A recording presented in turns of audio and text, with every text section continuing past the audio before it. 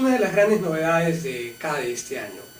Nosotros generalmente tenemos estas reuniones que resultan en una serie de discusiones y compromisos. En esta oportunidad vamos a rendir cuentas respecto a los compromisos del año pasado, un elemento de ruptura muy importante, pero además este es un segundo elemento crítico.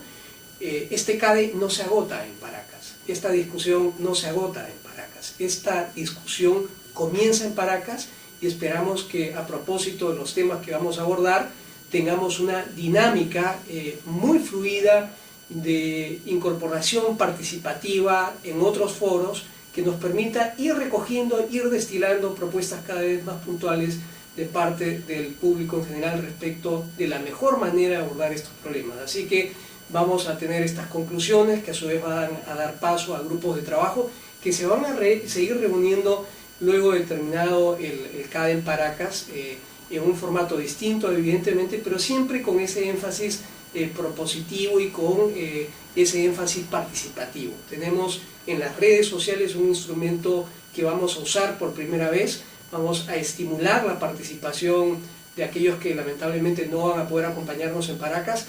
Les estamos pidiendo que nos alcancen sus propuestas, ya lo están haciendo y la verdad es que hemos tenido una enorme receptividad en las redes respecto de esta convocatoria que esperamos mantener viva, porque finalmente la tarea de la reforma institucional del Perú, que es fundamental para construir el país del primer mundo que todos queremos, no va a ser alcanzable si es que no logramos esa convergencia de voluntades, y para ello qué mejor manera que usar estos mecanismos virtuales, estas redes sociales que nos permiten alimentar de contenidos y propuestas al trabajo que hacemos.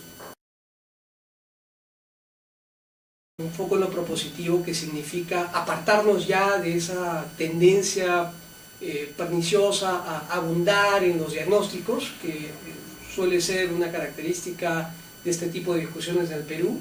Felizmente tenemos un sobrediagnóstico de estos problemas. No es necesario que sigamos ahondando en la explicación de las causas, porque yo creo que todos entendemos qué es lo que está pasando.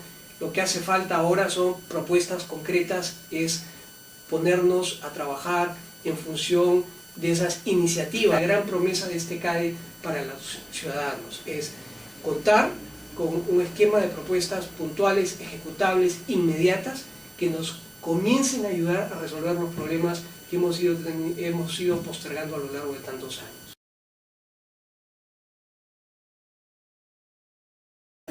A ver, tenemos básicamente tres órdenes de participantes. Tenemos unos voceros internacionales que son especialistas en sus temas muy reputados, muy reconocidos.